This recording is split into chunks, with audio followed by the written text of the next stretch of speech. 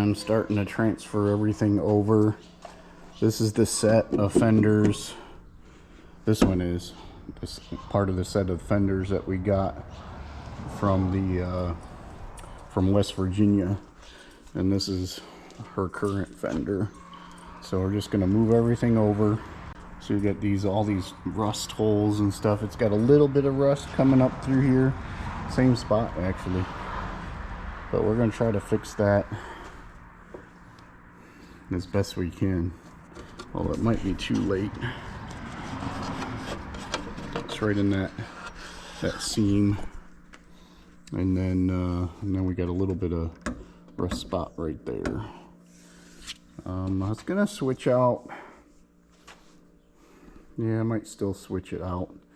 This one's a little beat up, got a couple of nicks, but it's shinier than this one. This one's got that sun fade on it. So the side marker's broke, but probably leave the hood match on. And then but first off, we'll go ahead and get, this is the fuse box bracket, so we'll pull that off and probably give it a good clean up, rust prevention, and a good paint before we put it on. But first thing I'm gonna do is clean them up. I already started cleaning this one up, but I'm going to clean up all the inside and just make sure that all the spots are good. On the old one,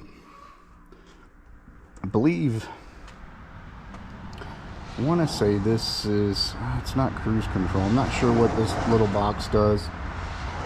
On her Jeep though, it's the passenger side. I want to say the box fell off. Yeah, see, it's right here. So it fell off because usually it's connected to the fender like this right here. If y'all know what this box is, let me know. I just don't know what it is. I know I don't know if it has something to do with the cruise control, but then again, Project Gertie has this, and that doesn't have cruise control, so it can't be the cruise control. It's got to be something else. But anyways, I'm going to clean it up and start transferring over and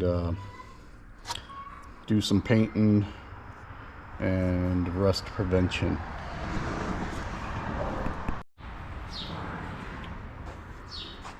So with the fenders, I got POR 15 soaking. Looks like I need to do that area again, but I've cleaned it off completely and put POR 15 in spots. And then I'm probably gonna Raptor line the underside and engine compartment side. So what I've done is I've removed the fender flares just so I can get a good look at everything. The one that came from Virginia, West Virginia, I keep saying Virginia for some reason, but the one that came from West Virginia, all the bolts for the fender flare came out really good. But I had issues with these on Gemini's fender flares because they're so rusted that it would just make this part spin. So this is the West Virginia flare right here, driver's side. So I'm hoping I get the same result in these.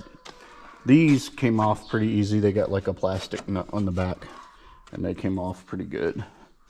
Even on Project Gemini's fenders, they came off pretty good. So, but what I'm doing is I'm going in and grinding all these off, get all as much to the rust as I can.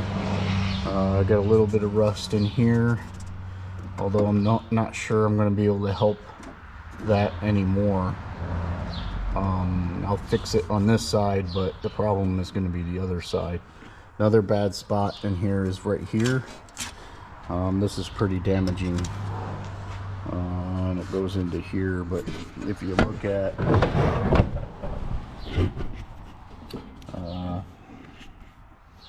this side, you can see where it's popping up through here, and there's nothing we can really do for that.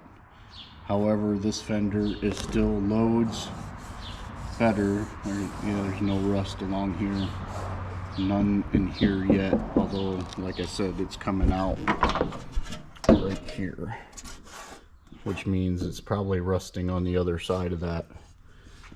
Nothing we can really do with that right now, unless we just got a whole new fender, but we'll make these last pretty long time.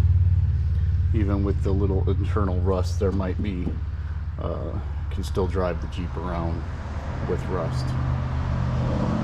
So I'm going to continue cleaning it off. I took off the markers, and I did do one of Gemini's side markers, and I believe this is Gemini's front marker. This is the new West Virginia marker. These are from the new West Virginia marker. Now I have a set of these that are brand new, and I'm thinking of just going ahead and using those. And then this looks like stainless steel screws that came off of these, which is awesome. We'll reuse those.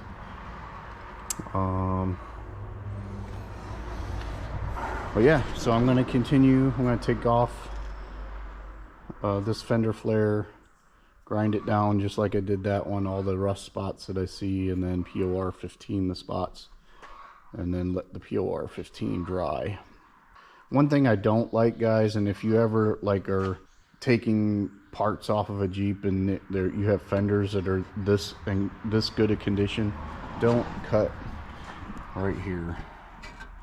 Somebody did that, because this is where the wiring harness for the front and side markers come through, and you can't fit the front marker socket through there. However, you can unplug it, and then it'll push through. So just unplug it. Don't cut a perfectly good fender, because that creates an extra rust spot. From the factory, they put a grommet in here so that way the wire doesn't rub against it. I don't know how much that's needed, especially if you don't off-road. Like this Gemini is probably never going to be off-roaded, because we're going to try to preserve it as best we can. And on this one I did put POR 15 like mad, where they cut it in 2 places on this one, so that way try to prevent any rust from forming on it. And of course it's all going to be bed lined both sides anyway, so. But yeah, other than that, I got a POR 15 right here. But other than that, these things are actually in really good condition. Just a step below buying a brand new fender.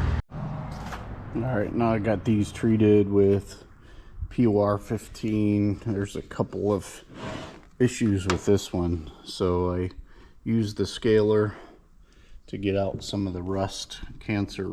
Heaven forbid, use some Bondo. I did cut out this area just to try to get all the built up cancer rust that was in there. Otherwise, I think it's pretty good. And we'll need to put some Bondo in that other side, on the back side, which most of it's going to cover up with the hood, but we even it out with Bondo.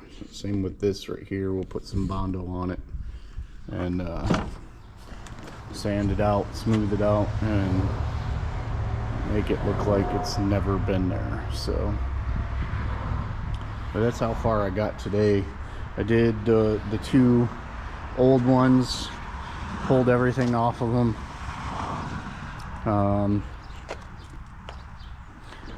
They are beyond repair, rusty. So, and I did prep the spark plug bracket, and I will have to probably clean this up too. So I believe this is the charcoal canister type system, although it kept getting crazier and crazier the newer the TJ's got. So, but I'll end the video this time on this.